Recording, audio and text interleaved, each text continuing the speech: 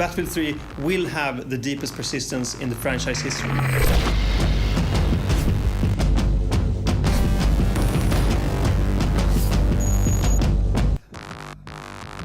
Do you remember when you had to launch Battlefield from a web browser? Yeah, that was actually a thing. If you played Battlefield 3 or 4 on computer, you probably remember the days of Battlelog.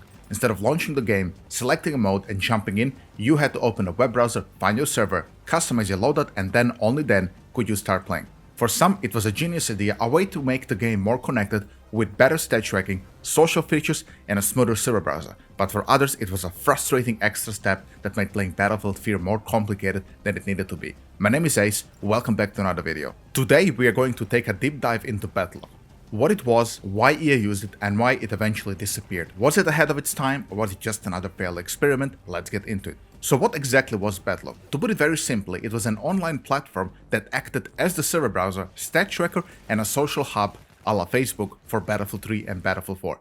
Instead of an in-game menu, Battlelog was completely web-based, meaning you had to use a browser to do pretty much everything outside of the actual combat. You could do this on your phone, on your tablet, and all the other things that were relevant in those years.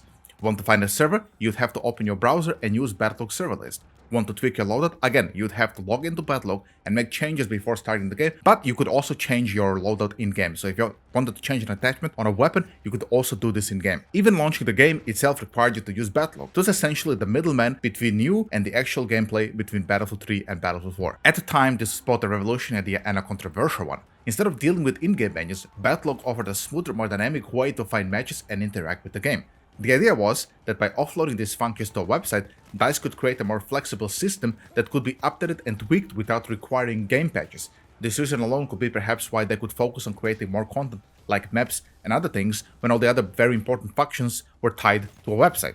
But Battlelog wasn't just about launching the game, it was also packed with features. One of the most impressive parts was the detailed stat tracking. Unlike most games that only gave you basic stats like, KD and accuracy and these types of things, Battlelog went much deeper. It showed heat maps that tracked where you performed best on each map, detailed breakdowns of your performance with every weapon, and even battle reports that analyzed how well you played in specific matches. Another major part of Battlelog, and personally my favorite part, was its social features. It wasn't just a server browser, it was designed to be a Battlefield-specific social network, as we mentioned earlier, a la Facebook. You could add friends, see what matches they were playing, check their stats, and even comment on their performance. If a friend had an incredible round, let's say they went 15-0 on Matcho, they could share that round and then you could like it, leave a comment, and just socialize. It was like a very nerdy Battlefield type Facebook, and I fucking loved it. That part for me was probably the best part about Battlelog. For example, you could customize your profile, and me at the time as a competitive player had profiles, I had my achievements listed and such other things, so it was easier for me, for example,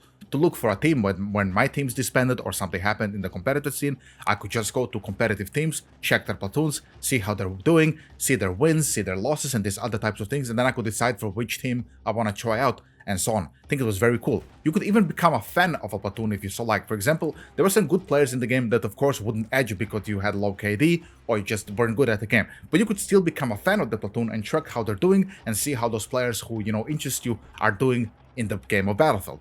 And I really miss this. Today we all just kind of spread around between Discords, Reddits, and all these other fucking social media sites that have nothing to do with Battlefield. You see what I mean? We kind of disconnected ourselves from Battlefield and we just went through this third-party website when once upon a time we had a site where we were all at least somewhat connected and we could all see what one another is doing. I really miss this part of the Battlefield.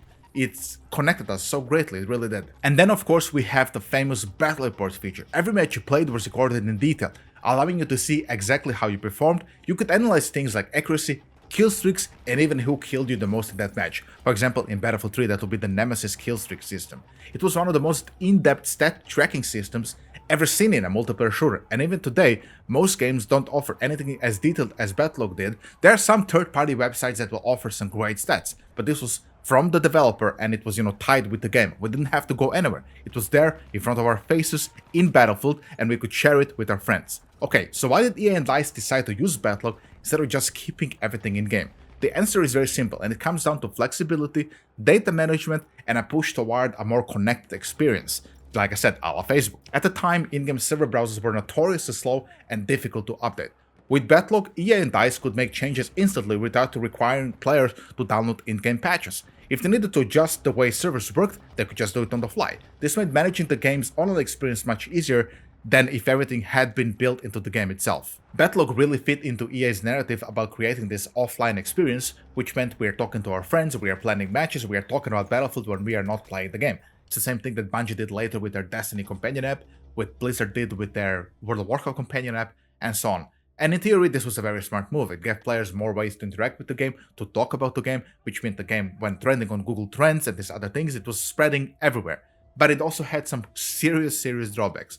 And the biggest issue with Battlelog was that it added an extra step to launching the game. That was the bad part about it. Which meant if Battlelog servers were down, well, tough luck, Julio, you cannot play the game. That was the most frustrating thing I have ever experienced with Battlelog. And it's just a shame that it could never be really fixed.